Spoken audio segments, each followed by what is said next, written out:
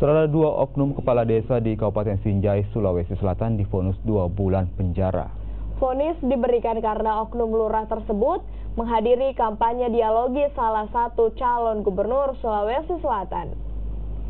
Hakim Pengadilan Negeri Kelas 2 Kabupaten Sinjai, Sulawesi Selatan menjatuhkan vonis pada kedua kepala desa dengan hukuman masing-masing 2 bulan penjara dengan percobaan 4 bulan. Kedua kepala desa Lasiai dan desa Tongke-Tongke terbukti melanggar Undang-Undang Nomor 10 tentang netralitas di pilkada karena menghadiri kampanye dialogis calon gubernur Sulawesi Selatan. Kedua terdakwa mengaku menerima putusan hakim dan tidak melakukan upaya banding.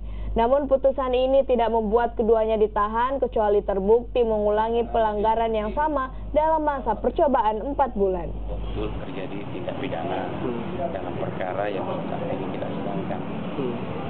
Namun demikian kita sama-sama menghargai pendapat, hanya terjadi perbedaan stratma dalam pengajuan putusan.